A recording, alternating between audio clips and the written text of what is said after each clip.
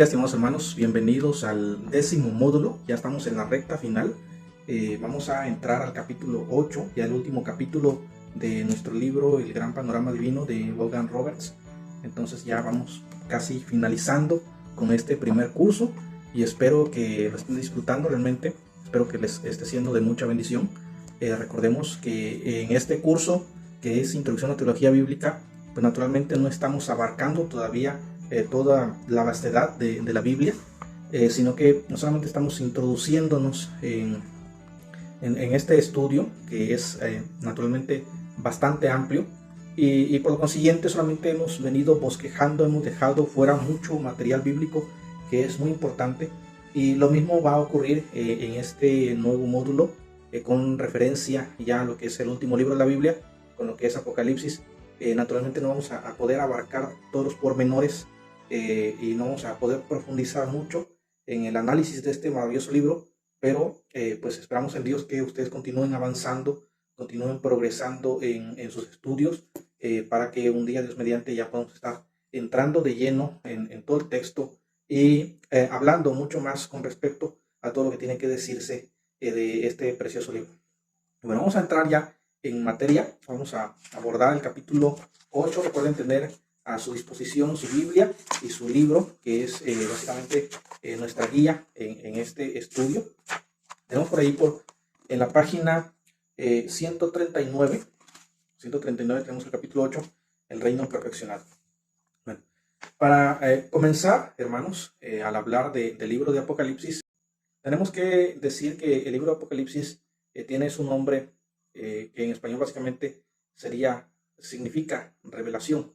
Entonces Apocalipsis significa revelación. Apocalipsis es del griego apocalipto. Significa revelación, significa básicamente correr el velo o mostrar lo que hay más allá.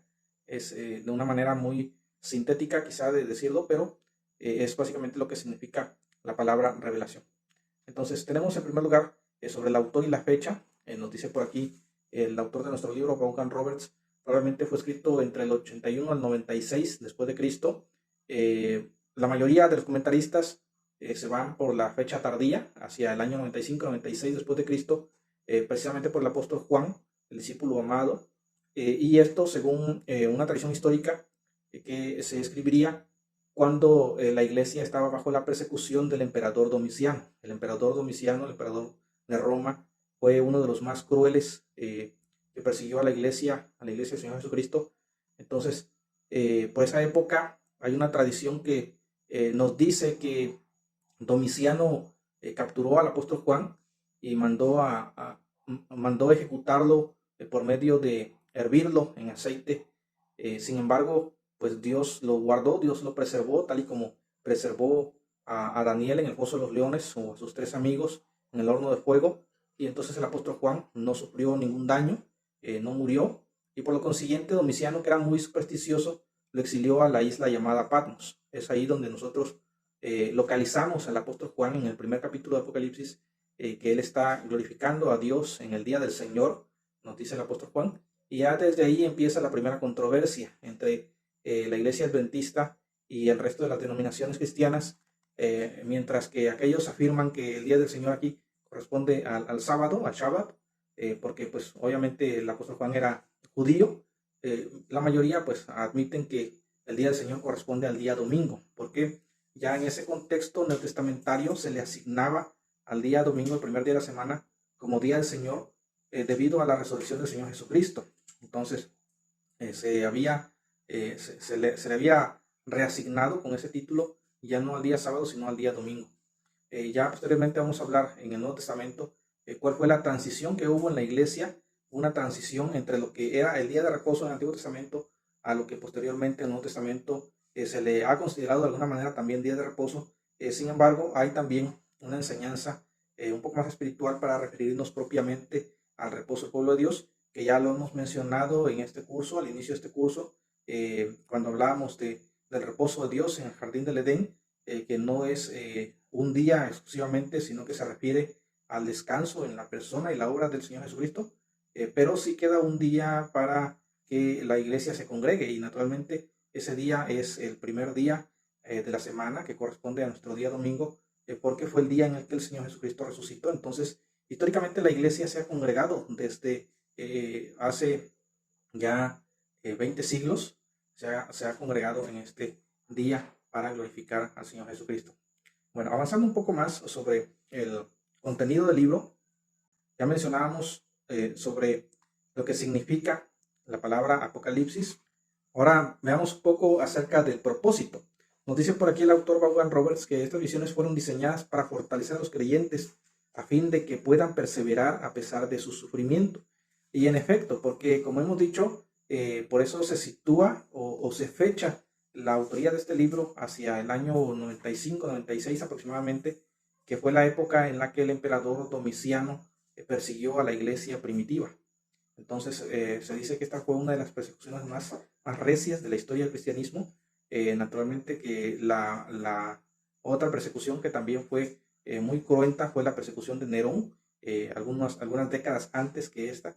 Entonces estos dos prácticamente fueron los dos emperadores más crueles de la historia romana en relación al cristianismo, que persiguieron a la iglesia del Señor Jesucristo. Entonces la iglesia estaba pasando por ese momento de gran tribulación, y por esa razón el Señor Jesucristo decide revelar su palabra, decide revelar los acontecimientos del último tiempo. Todo ese sufrimiento se terminará, el Señor instaurará su reino eterno, el Señor traerá 1000 años de paz sobre la tierra. Entonces, naturalmente, este panorama es bastante alentador. El Señor va a juzgar a los enemigos de la iglesia y va a castigar con mano firme a todos los perseguidores del cristianismo. Se identifica la audiencia primigenia, identifica al emperador Domiciano con el anticristo en ese contexto que ellos están viviendo, y por esa razón es que muchos han afirmado una postura de interpretación preterista en relación al libro de Apocalipsis. Bueno, también por aquí el autor nos plantea otro subtema: un trono en el cielo. Es bastante alentador saber que en el cielo hay alguien que está en control de todos los acontecimientos que ocurren en la tierra. La iglesia, los cristianos pueden tener esta esperanza, esta garantía de que lo que ellos están pasando es algo momentáneo, es algo pasajero, y que les espera una recompensa mucho mayor. Ellos son alentados porque reconocen que el Señor Jesucristo está en control del universo, que Él es el Todopoderoso que está reinando en el trono celestial, y a eso se refiere el Cordero inmolado que está sentado en el trono. Y las alabanzas, entonces la iglesia militante que está pasando por esa tribulación se puede unir a la iglesia triunfante en la alabanza de Apocalipsis 5:13, al que está sentado en el trono y al Cordero sea la alabanza y la honra, la gloria y el poder por los siglos de los siglos. Por ahí en la página 140 tenemos básicamente un bosquejo del libro de Apocalipsis, el contenido. Tenemos en el capítulo 1, versos 1 al 20, la introducción. En el capítulo 2, del versículo 1 al capítulo 3, versículo 20, tenemos las cartas a las 7 iglesias. Del capítulo 4, versículo 1 al 5, 14, tenemos una visión del cielo. Del capítulo 6, versículo 1 al capítulo 8, versículo 5, tenemos los 7 sellos del destino, también conocidos solamente como los 7 sellos. Capítulo 8, versículo 6 al capítulo 11, versículo 9, tenemos las 7 trompetas que alertan, dice por aquí el autor. Y el capítulo 12, verso 1 al 15, 4, tenemos el conflicto entre la iglesia y el poder del mal. Capítulo 17, verso 1 al capítulo 20, verso 15, tenemos el triunfo de Dios y la caída de Babilonia. Del 21:1 al 22:5 tenemos los cielos nuevos y la tierra nueva. Y finalmente en el capítulo 22, versos 6 al 21, tenemos el epílogo. Bueno, por aquí el autor en este subtema de un trono del cielo plantea un ejemplo bastante gráfico de una grabación cinematográfica en una locación, en una playa. Entonces, de repente alguna persona ve una niña nadando en el mar y ve una aleta de tiburón que se asoma detrás de ella y corre gritando, pidiendo ayuda. Ve que nadie se alerta, nadie le presta la mínima atención, y en su desesperación corre más allá, y cuando se da cuenta ve una silla del director y se percata de que pues están grabando una escena. Entonces esta persona se queda bastante tranquila al saber que todo está bajo control. Entonces, básicamente es lo que nos dice el autor, que la audiencia primigenia sintió al saber que el Señor estaba bajo el control de todos los eventos y que todo es parte de su providencia, nada se le ha salido de control. Entonces, ellos pueden tener la confianza, la esperanza de que todo saldrá tal y como Dios lo ha planeado. Para interpretar Apocalipsis, estimados hermanos, tenemos básicamente 4 maneras de interpretar Apocalipsis, y esto es muy importante. Les voy a invitar a que tomen nota de esto porque nos va a servir para la posteridad. Ya igual el autor nos plantea su postura, ustedes lo van a leer detenidamente en su libro, yo les voy a plantear también mi postura, y ustedes también van a poder identificar su postura. Sin lugar a dudas, ya tienen alguna postura, aunque quizá no la hayan definido, no hayan identificado cuál es su postura escatológica, pero quizá al comparar los parámetros de interpretación de estas 4 posturas, ustedes van a lograr identificar por cuál se inclinan, por cuál prefieren.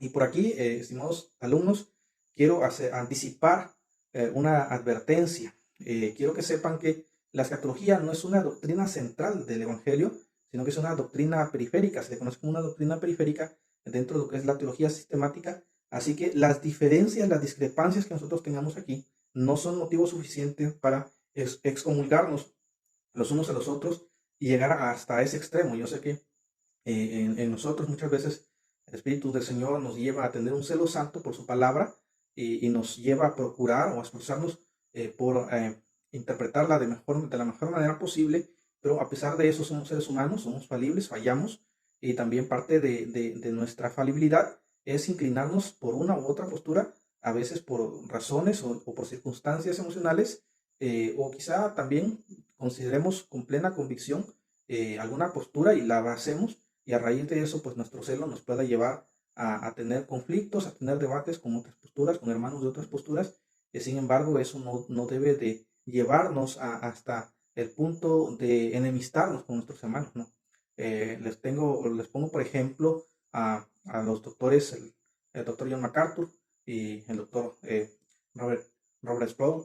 Entonces, estos hermanos, grandes expositores de la palabra de Dios, uno era, pues, su interpretación escatológica de John MacArthur es hasta la fecha, él es futurista, es premilenialista dispensacional. Hasta eso hay también dentro del dispensacionalismo ciertas posturas intermedias. No todo el dispensacionalismo es homogéneo, así que no podemos tampoco condenar a todo el dispensacionalismo, o no podemos en general condenar una postura sin conocerla detenidamente, sin conocer la profundidad, y ver cuáles son sus errores, cuáles son sus debilidades, pero también cuáles son sus aciertos. También el doctor Robert Charles Sproul, él, pues su postura escatológica era amilenalista, definitivamente. Me parece que era preterista, no estoy seguro si era preterista o era historicista, pero estas son las 4 posturas, hermanos, de interpretación. Tomen ustedes nota. Tenemos el autor las enumera, las enuncia en la página 141 hacia la 142. Tenemos por ahí la postura preterista, tenemos la postura historicista, tenemos la postura futurista, y tenemos la postura que el autor Vaughan Roberts asume en su libro, que es la postura idealista. Él no la menciona aquí como tal, pero así se llama la postura que Vaughan Roberts asume en su obra, es idealismo. Entonces, ¿en qué consiste el preterismo? El preterismo, nos dice por aquí el autor, algunos argumentan que todos los símbolos se refieren exclusivamente a personas o instituciones de tiempos de Juan. Ese es el preterismo. Es decir, el preterismo interpreta que todo Apocalipsis ya ocurrió en el tiempo que el apóstol Juan vivía. Que la bestia, por ejemplo, el anticristo, era Domiciano. Esa es una interpretación. Ellos interpretan básicamente que el juicio que vendría, que se cita en Apocalipsis, fue la caída de Jerusalén, arguyen algunos. Otros dicen, bueno, se referían a la caída de Roma. Entonces, pero pues ahí está un poquito complicada esa interpretación, porque básicamente Roma nunca cayó, sino que el imperio sencillamente se postergó y se transformó en lo que en la actualidad se conoce como el catolicismo romano. Y de ahí se desprende, pues naturalmente, otra postura, que es la postura historicista. ¿En qué consiste la postura historicista? Dice, para otros, el libro presenta un recuento cronológico de las diferentes eras de la historia, desde el primer siglo hasta la segunda venida de Cristo. Entonces, según el historicismo, el Apocalipsis está ocurriendo, ha estado ocurriendo y continúa ocurriendo y va a continuar ocurriendo hasta que el Señor Jesucristo venga. Entonces, el preterismo es, ya ocurrió en el tiempo pasado, el historicismo es, está ocurriendo en todo el marco de la historia desde la época de los apóstoles hasta la segunda venida de Cristo, y el futurismo es que va a ocurrir en el futuro. En el futurismo hay dos interpretaciones en relación al milenio. Una es el premilenalismo, se conoce como el premilenalismo histórico o el premilenalismo clásico, y la otra es el premilenalismo dispensacional. Vamos a ver también cuáles son las diferencias entre una y otra posición. En relación al milenio, la postura preterista es por lo general amilenalista. La postura historicista es por lo general postmilenalista, es decir, que ellos enseñan que la segunda venida de Cristo Jesús va a ser después del milenio. Entonces, según esta interpretación, estamos pasando durante ese milenio. La interpretación preterista dice definitivamente no hay milenio. La diferencia aquí consiste en que la interpretación preterista, que generalmente la abraza el catolicismo romano, quizá por ahí el anglicanismo, el luteranismo, también abrazan más esta postura de interpretación preterista. Entonces dicen todo esto ya ocurrió. Algunos ven ahí en la venida del Espíritu Santo, ven la segunda venida de Cristo Jesús, pero naturalmente no todos los preteristas lo ven así. La mayoría de los preteristas creen en lo que es la parusia, por ejemplo, la segunda venida de Cristo. Ellos le llaman la parusia, que significa la aparición, en referencia a la segunda venida de Cristo. Entonces ellos creen que el Señor Jesucristo va a venir por segunda vez. La postura historicista interpreta que justamente antes de la segunda venida de Cristo Jesús, el milenio ha comenzado, pero como no sabemos la fecha, el día y ni la hora en que el Señor Jesucristo vendrá, entonces no sabemos exactamente en qué momento de la historia ha comenzado el milenio. Entonces, por ejemplo, es solamente un ejemplo, si el Señor Jesucristo viene en el año 2025, entonces el milenio habrá comenzado justamente 1000 años antes, en el año 1025. Esa es la postura postmilenalista, según la que estamos viviendo ya en el milenio. Entonces, según esta postura, el reinado milenal de Cristo es en el cielo. Por su parte, la postura preterista es en relación con el milenio, es amilenalista, es decir, que ellos básicamente niegan que haya un milenio literal. La diferencia entre el amilenalismo y el postmilenalismo es que el postmilenalismo admite que hay un milenio literal, y a diferencia del postmilenalismo, pues el amilenalismo niega que haya un milenio literal.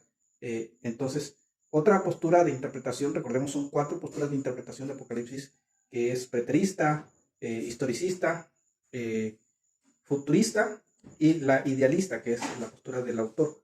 Entonces, ya vimos sobre el preterismo, que es amilenalista, ya vimos el historicismo, que es postmilenalista, ya vimos el futurismo, que es premilenalista, y que hay 2 tipos de premilenalismo, el que es el premilenalismo clásico o el premilenalismo histórico, y lo que es el premilenalismo dispensacional.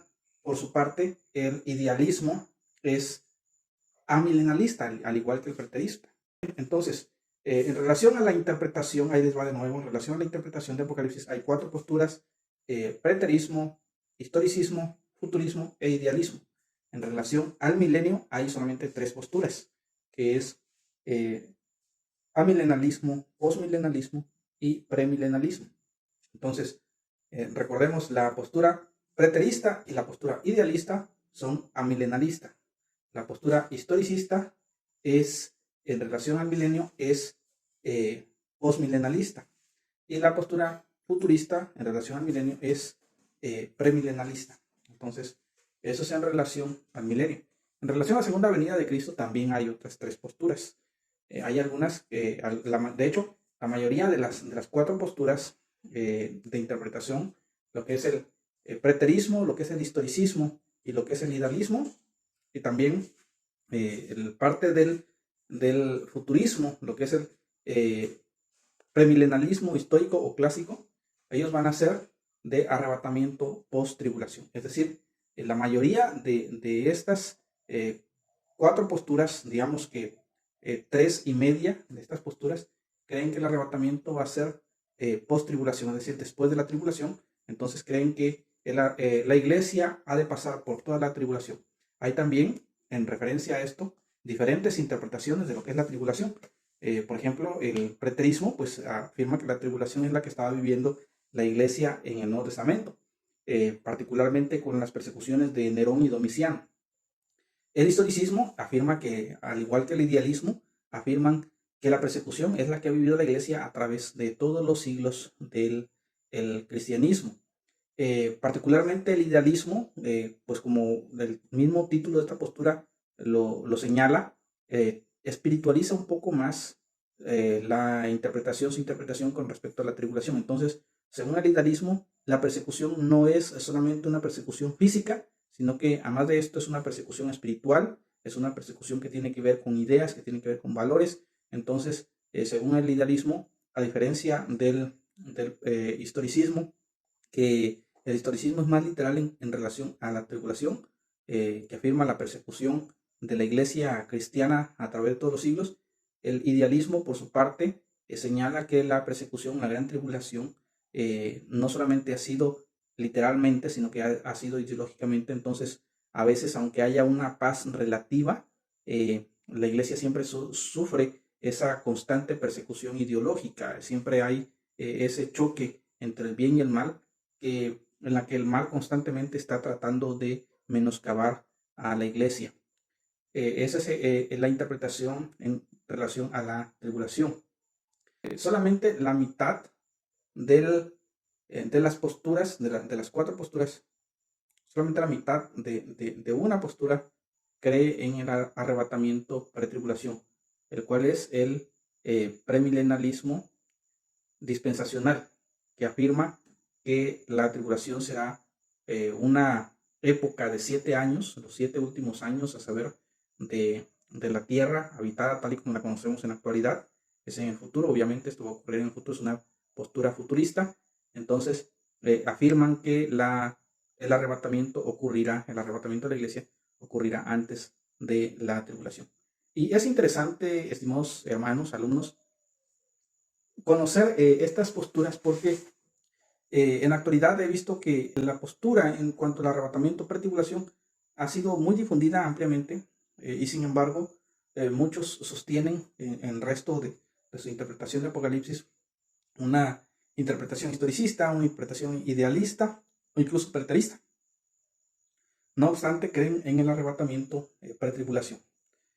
Hay también un pequeño sector del premilenialismo dispensacional que cree en un arrebatamiento medi-tribulación, es decir, que el arrebatamiento va a ocurrir justamente a la mitad de la tribulación. Entonces, si según el dispensacionalismo van a ser 7 años de tribulación, 3 años y medio, la primera etapa van a ser de tribulación y el otro segmento de 3 años y medio va a ser de gran tribulación, pero justamente la mitad el Señor Jesucristo viene y se lleva a su iglesia, el arrebatamiento medi-tribulación.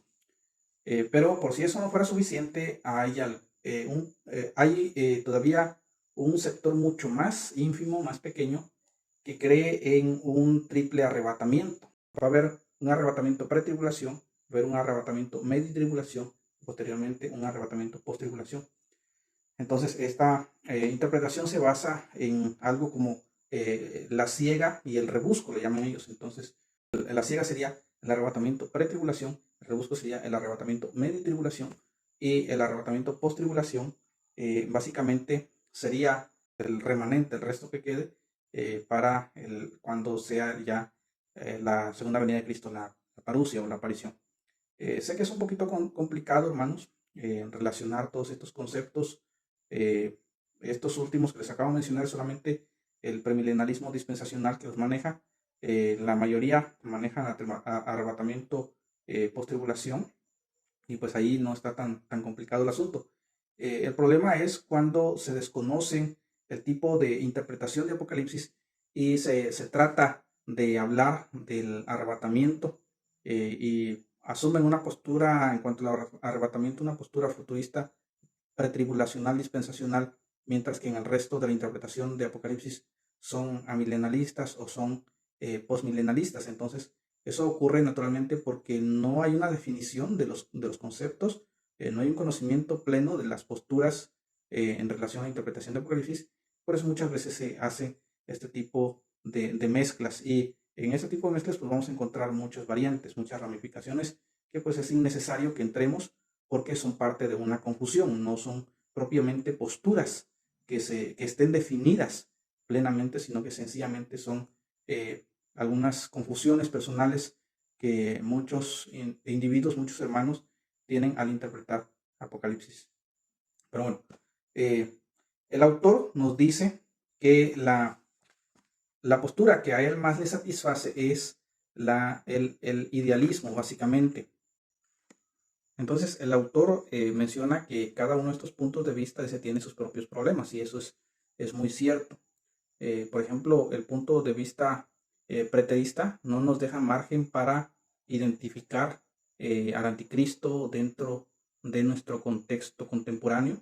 El concepto historicista, aunque sí, sí nos deja un margen para esta interpretación, suele buscar esta identidad en diferentes personajes a través de la historia. El concepto idealista, por lo consiguiente, en relación al anticristo, suele interpretarse que sencillamente es un espíritu que se opone a todo lo que es el espíritu de Cristo. Y el concepto futurista, pues sí, ciertamente señala a un personaje de manera singular en el futuro. Hay otros problemas en relación a otras interpretaciones. Siempre el futurismo va a ir buscando ser lo más literal posible. Uno de los principales argumentos en cuanto al futurismo, la interpretación del futurismo, es de que si en toda la Biblia, en los 65 libros de la Biblia, aplicamos una hermenéutica textual de una forma rígida, ¿por qué tendríamos que aplicar una hermenéutica diferente al libro de Apocalipsis? Entonces, el libro de Apocalipsis no es propiamente un libro de profecía. Se ha considerado que muchos comentaristas han considerado a Apocalipsis dentro del género de profecía. Sin embargo, otros autores han clasificado el género apocalíptico por aparte. Y dentro de este género apocalíptico no solamente han puesto el libro de Apocalipsis, sino que también han puesto otras porciones, como por ejemplo Daniel en sus capítulos 7 al 12 y también Zacarías en sus capítulos 1 al 6. Pero la interpretación futurista insiste en una interpretación un poco más literal. Por su parte, el autor aquí en la página 142 nos dice, bajo su perspectiva idealista, que el libro de Apocalipsis no fue escrito para darnos una línea cronológica, es decir, un orden de tiempo de cómo van a ocurrir los eventos, sino que hay paralelismo entre cada uno de los eventos. Las líneas, por ejemplo, las líneas de 7 en el libro de Apocalipsis, y encuentran relaciones entre cada uno de estos eventos mencionados. Sin embargo, es bastante complicada este tipo de interpretación, y más aún es más complicado señalar un cumplimiento pleno de las profecías con ese sistema. Por ejemplo, muchos han hecho una interpretación demasiado espiritual en relación a la guerra de Armagedón que se menciona en Apocalipsis capítulo 16, versículos 16 también. Entonces, el idealismo ha planteado que esta guerra de Armagedón es la lucha entre el bien y el mal que se ha suscitado a través de lo largo de la historia de la humanidad. Puede tener algo de verdad, pero una interpretación futurista más literal va a afirmar que esta es literalmente la última batalla que se dará al final de los siglos. Hay ciertamente bastantes complicaciones también en la interpretación futurista. No todo es sencillo. Hay muchos asuntos complicados de explicar, y también naturalmente han habido algunas posturas muy extremas en el dispensacionalismo también, que han llevado naturalmente a descartar para muchos esta postura. Y también aquí, estimados hermanos, quiero hacer un paréntesis en relación a la postura premilenalista dispensacional. No todo lo que circula en los medios, no todo lo que se ve incluso en las películas, en televisión, no todo eso necesariamente es interpretación premilenalista dispensacional. No todo eso. Se ha caricaturizado mucho esta interpretación futurista dispensacional. Incluso por ahí me parece haber visto un capítulo de Los Simpson haciendo alusión al arrebatamiento pretribulación. Han sacado películas completas con referencia a ese tema. Algunas sí se han aplicado un poco más a lo que es esta modalidad, pero muchos se han ido hasta el extremo. Por ejemplo, he visto a muchos afirmar que eh, el anticristo, por ejemplo, ya ha aparecido. Algunos individuos, incluso ellos mismos, se han, eh, se han autonombrado el anticristo. Tenemos, por ejemplo, el caso del colombiano José Luis de Jesús Miranda. Tenemos también en Rusia otro individuo que también afirmaba ser Cristo. Tenemos en Corea del Sur también una mujer que afirmaba ser la encarnación del Espíritu Santo, y ya posteriormente ella también dijo que era Cristo. Entonces, en relación a todo eso, estimados hermanos, ha habido mucha explotación y también mucha mala propaganda para caricaturizar el dispensacionalismo también. Entonces, no debemos irnos por los prejuicios, sino que debemos siempre buscar lo más serio posible. La escatología, por ejemplo, de Scofield y de Riley, ciertamente tienen un sesgo, pero en general también habría que considerar hasta qué punto posiblemente tengan razón en algunos aspectos, hasta qué punto no. Por ahí les adelanto, estimados hermanos, en el dispensacionalismo, básicamente también hay, no tres posturas como tal, pero podemos decir que hay dos extremos y hay una postura un poquito más intermedia. Vamos a decir, bueno, quizás no postura, pero hay quizá algunos que tratan de balancear un poco más. Está el dispensacionalismo clásico, que es el de Riley, el de Scofield, el de Lewis Schaeffer y otros autores más. Está un dispensacionalismo moderado también, y por supuesto está el dispensacionalismo extremo, que es del que les hablo yo, que lamentablemente es el que más ha causado revuelo en los medios y es el que la razón por la cual se tiende a generalizar de una manera equivocada el dispensacionalismo. La mayoría de los dispensacionalistas sí tienen una apreciación de la restauración de Israel como un dato escatológico, pero hay unos que le dan más énfasis que otros, así que también no podemos nosotros generalizar ahí. No quiero mencionar más autores, mucho menos a los contemporáneos, para no causar más prejuicio, pero sí hay muchos buenos autores que tienen ciertas características dispensacionales sin sin prescindir de su postura reformada en lo que es la soteriología. Entonces, les reitero, estamos en escatología. Escatología no define toda la teología sistemática, es sencillamente la última de todas las doctrinas de la teología sistemática, y pues pueden haber diferencias de opiniones. Es una de las doctrinas periféricas, no es una de las doctrinas centrales. Pero bueno, pasando un poco más y retomando el punto central que el autor quiere plantearnos aquí, en la página 142 tenemos el subtema Fuera de lo Viejo.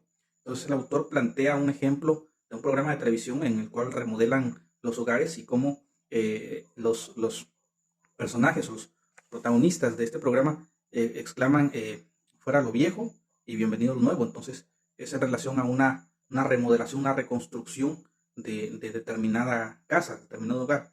Entonces de la misma manera el autor compara la segunda venida de Cristo como una remodelación de todo el universo y básicamente eso es lo que nosotros esperamos en la glorificación. Entonces se va a restituir todo este sistema de cosas, todo lo material tal y como lo conocemos en la actualidad, no va a dejar de existir así sencillamente, sino que va a ser transformado a un estado mejorado, en el cual pues ya no aplicarán las mismas leyes de la física tal y como los conocemos en la actualidad, incluyendo la ley de la entropía, por supuesto que la ley de la entropía básicamente nos habla de la muerte. Entonces esto ya no va a aplicar en el futuro. En relación a Babilonia, la caída de Babilonia en el capítulo 17, tenemos por ahí un breve recuento para identificar esta ciudad, la ciudad de Babilonia, que estuvo ubicado en las cercanías de los ríos, del río Éufrates. Entonces, esta ciudad fue una ciudad muy grande, muy prominente en la antigüedad. Fue la capital de todo un imperio durante muchos siglos. Fue una ciudad muy importante para el comercio, pero por lo consiguiente también fue una ciudad llena de idolatría. Esta ciudad existió básicamente desde los tiempos de los patriarcas hasta ya bien entrado el Nuevo Testamento, incluso todavía cuando el apóstol Pedro envía su primera carta y menciona a los expatriados que están en Babilonia, ahí también hay cierta interpretación. Algunos piensan que se refiere a Roma, pero aún en ese tiempo todavía existía la ciudad de Babilonia. Es increíble, pero todavía existía. La ciudad de Babilonia llegó a existir aproximadamente hacia el siglo VI, siglo VIII, si no estoy mal. Ya posteriormente verificaré ese dato y se los haré saber, pero ya una época casi medieval. Y es bastante interesante también saber que en algún momento de la historia, a Roma se le conoció como la Nueva Babilonia. Es interesante porque, pues naturalmente, Roma, como capital del nuevo y quizá más grande imperio de toda la historia de la humanidad, continuó con muchas de las prácticas que ya anteriormente se habían visto en Babilonia, incluyendo la idolatría, por supuesto, la inmoralidad, el comercio y el poder político y militar que tuvo en su momento. Entonces, es cierto que los cristianos del primer siglo identificaban a Roma con Babilonia principalmente por su idolatría y también por su inmoralidad. Identificaban al emperador romano que estuviera en turno como el anticristo. Entonces, en cierto sentido, la iglesia primitiva tenía una cosmovisión escatológica un poco más historicista, pero eso es porque ellos estaban convencidos de que estaban viviendo en los últimos tiempos, en los tiempos postreros, eh, ya en esa época. Y ellos esperaban el pronto regreso de Cristo, y naturalmente nosotros también continuamos esperando el pronto regreso de Cristo, pero ellos lo esperaban como algo inmediato. Y naturalmente ellos veían en el emperador romano la figura del anticristo y le llamaban la bestia. Particularmente a Nerón y a Domiciano los identificaron con este nombre o con este seudónimo de la bestia. Entonces vemos que el autor Vaughan Roberts nos demuestra también aquí que Babilonia básicamente fue la capital antagónica de todo el reino de Dios en relación al Antiguo Testamento. La nación de Israel siempre fue su principal enemigo de la nación de Israel, especialmente durante el cautiverio, ya que a esa ciudad es que fueron llevados cautivos toda la nación del sur, la nación de Judá.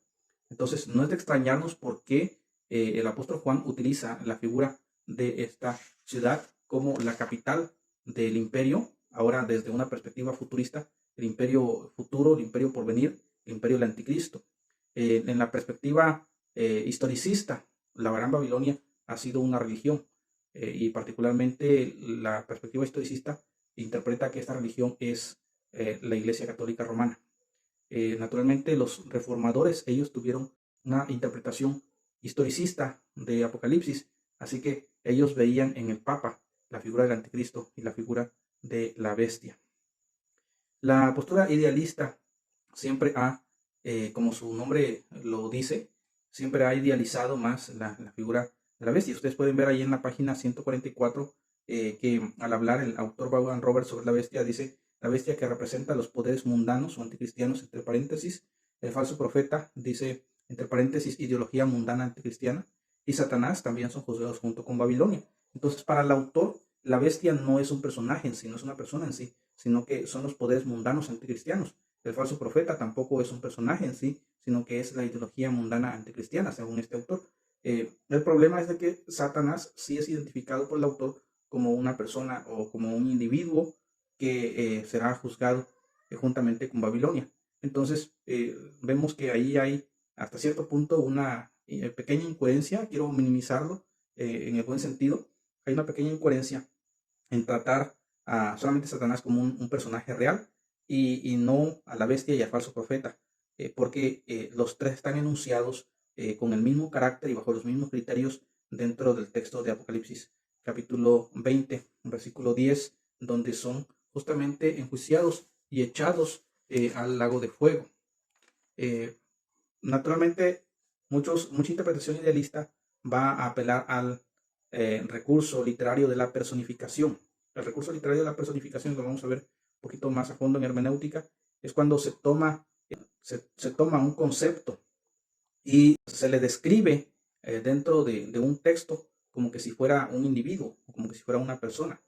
Entonces, eh, algunos piensan que esa es una personificación. Por ejemplo, también cuando en Apocalipsis capítulo 20 nos habla acerca de la muerte y el Hades, que fueron echados en el lago de fuego.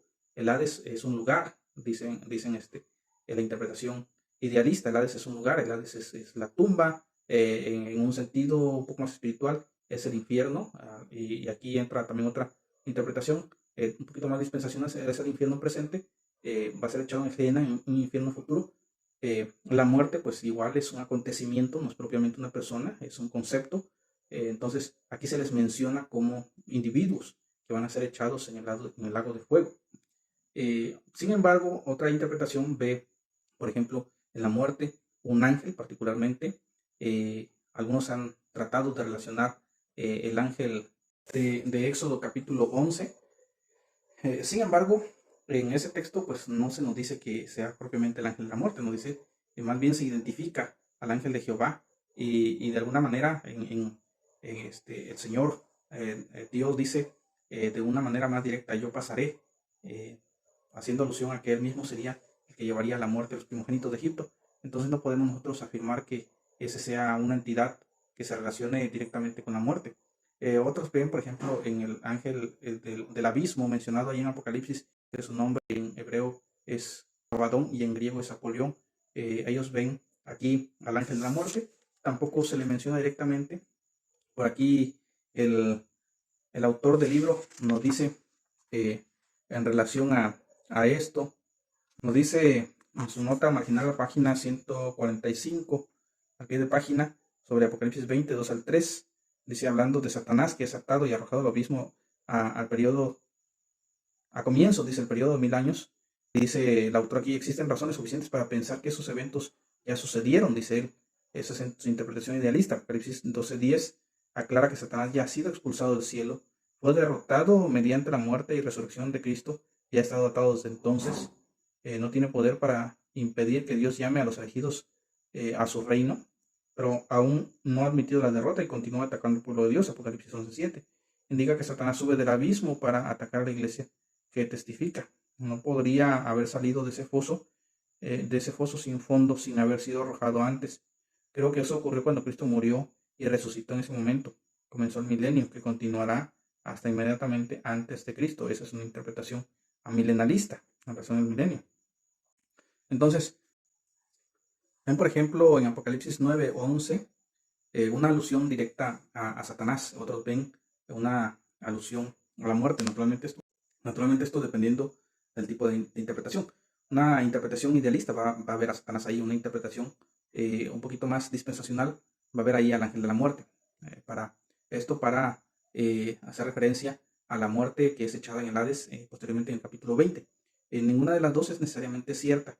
Puede haber otro ser identificado también con este nombre. Recordemos que los ángeles caídos no solamente fue Lucifer, sino que fue un tercio de todos los ángeles que estaban en el cielo que siguieron a este ángel rebelde. Así que puede ser una alusión a otra entidad.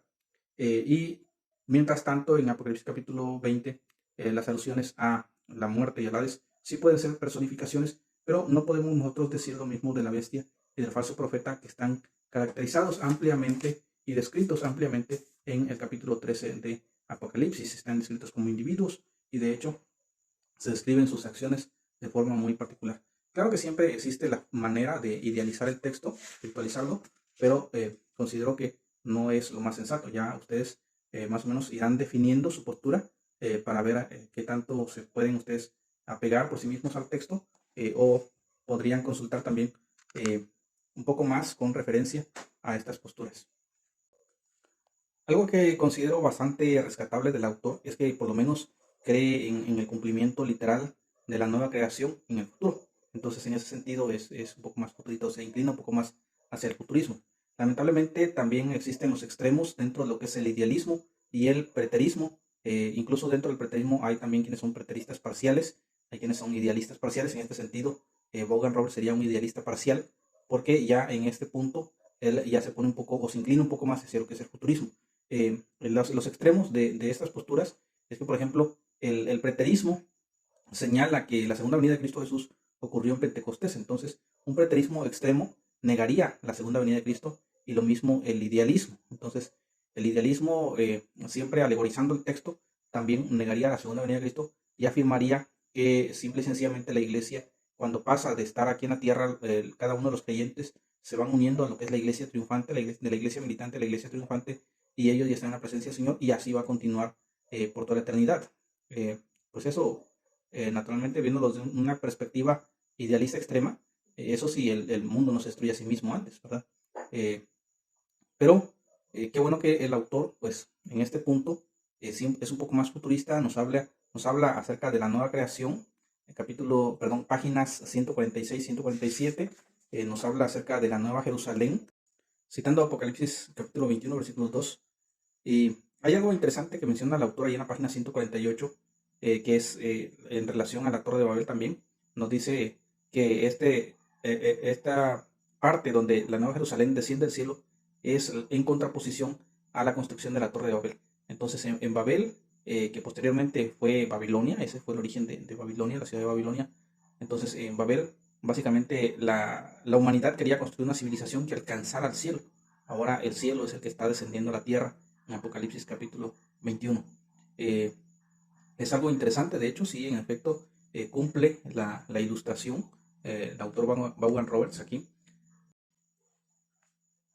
aunque ya posteriormente en la misma página el autor pues también idealiza el número de los 144,000 sellados, y ahí pues ya no estaría personalmente tan de acuerdo con él, porque sencillamente cuando ese número de individuos es mencionado en Apocalipsis capítulo 7, se menciona que son 12,000 individuos de cada tribu. Entonces, dentro de la interpretación futurista, premilenialista, se considera que estos individuos van a ser judíos. Ahí es donde entra quizá un poquito el dispensacionalismo, judíos de una nación terrenal, literalmente reconstruida, y ellos van a ser los encargados de testificar en ese periodo de la tribulación y la gran tribulación, respectivamente. Ya posteriormente se les ve en el capítulo 14, ahora se les ve en el cielo, 144,000 en el cielo. Esto se entiende desde una perspectiva futurista, premilenialista, dispensacional, que ellos habrán ya muerto a estas alturas por causa del testimonio del Evangelio.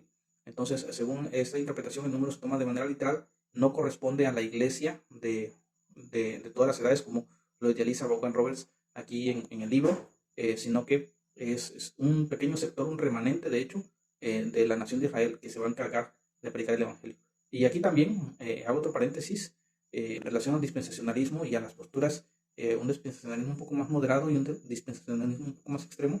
Entonces, mientras que el dispensacionalismo más extremo diría que en esta administración o esta dispensación la salvación va a ser por obras, y afirmaría lo que dice Mateo 24, que el que persevere hasta el fin, este será salvo, y esos van a ser los parámetros de la salvación en ese periodo de la gran tribulación.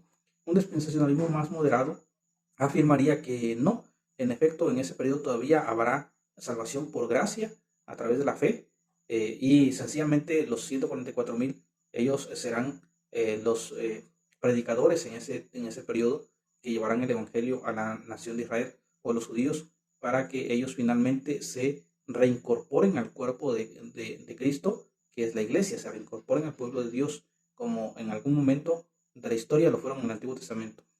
Entonces, esa sería una interpretación un poco más literal en contraposición a una interpretación más idealista, que es la que sostiene el autor en la página 148. En relación al nuevo templo también, dice el autor por aquí en la página 150, dice en la antigüedad Dios había vivido con su pueblo en el templo de Jerusalén. Después de que los babilonios destruyeron el templo, Dios profetizó por medio de Ezequiel que reconstruiría un nuevo templo, esa promesa se cumplió por la vida, muerte y resurrección de Jesús. Como los creyentes cristianos sabemos que su presencia está con nosotros por medio del Espíritu Santo. La iglesia es el templo de Dios en la tierra. Pero aunque conocemos a Dios por el Espíritu, ese conocimiento está limitado a nuestra experiencia y ansiamos conocerlo aún más, y en el futuro será posible. Es interesante cómo Vaughan Roberts aquí, en el siguiente párrafo, en la página 150, da las medidas literales correspondientes a los 12.000 estadios que medirá la ciudad de la Nueva Jerusalén, que correspondería a 2.200 kilómetros, y eso aproximadamente, porque también hay ciertas variaciones en las medidas de la época antigua a la época contemporánea, pero luego a continuación lo idealiza inmediatamente. Idealiza la interpretación como la nueva creación, es decir, que las medidas que se establecen ahí, pues sencillamente son simbólicas.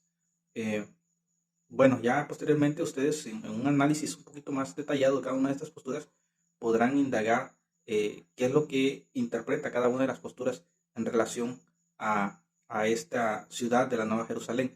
Sin embargo, algo que quizá coincide la interpretación idealista, la interpretación historicista y la interpretación futurista, al menos en relación al cumplimiento y quizá el preterismo parcial también, en relación al cumplimiento de la instauración del reino de Jesucristo, es que ahí ya no habrá ningún templo, lo que dice textualmente capítulo 21, versículo 22, ya no habrá ningún templo porque el Señor Dios Todopoderoso y el Cordero son su templo.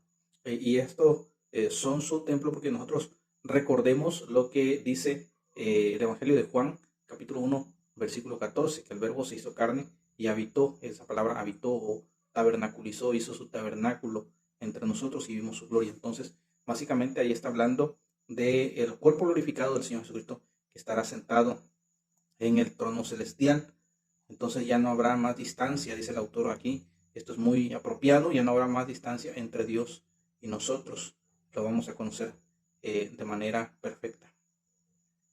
Entonces, en ese nuevo periodo, el reino de Dios pasaría a un reino perfeccionado, un reino pleno. Ya posteriormente ustedes van a indagar, ya les va a corresponder por ahí, si no, ya posteriormente estaremos entrando en esa materia de forma más profunda y más extensa para indagar un poquito más en relación al milenio, qué es lo que cree el premilenialismo, por ejemplo, el premilenialismo clásico, qué es lo que cree el premilenialismo dispensacional, qué es lo que cree el postmilenialismo, ya mencionamos algo de esto, el amilenalismo también, qué es lo que cree. Básicamente sería más el premilenialismo en sus dos posturas. Vamos a ver cuáles son las dificultades de estas dos posturas, por qué es que algunos son amilenalistas y otros son posmilenalistas, prefieren esas posturas para evitar esas dificultades. Por ejemplo, algunos dispensacionalistas, quizá un poquito más extremos, piensan de que van a entrar algunos seres humanos no glorificados en ese periodo de 1000 años y finalmente todo terminará justamente 1000 años después del reinado del Mesías, el reinado terrenal del Mesías. Entonces, independientemente de ese periodo milenial, se asume que el reinado del Señor Jesucristo será un reinado eterno, en el cual pues Él estará con todos los redimidos y Dios estará a través del Señor Jesucristo con todos los redimidos para toda la eternidad. Nos dice finalmente el autor, Vaughan Roberts, la página 151, que el Nuevo Testamento termina de una manera semejante a como termina el Antiguo Testamento, viendo hacia el porvenir, esperando el cumplimiento final y definitivo de las promesas de Dios. Entonces el Señor Jesucristo termina asegurando su regreso y diciendo, sí, vengo pronto, y su pueblo le responde, amén, ven Señor Jesús. Así que nosotros es lo que esperamos, la segunda venida del Señor Jesucristo, y concluimos este estudio con las palabras del apóstol Juan en el versículo 21 del capítulo 22. Que la gracia de nuestro Señor Jesucristo sea con todos vosotros. Amén. Estimados hermanos, no se les olvide responder las preguntas correspondientes al estudio bíblico de esta semana, y también les sugiero que observen bien la figura 43 en la página 151, que corresponde a la cronología, porque de esa manera es como van a realizar ustedes su cronología.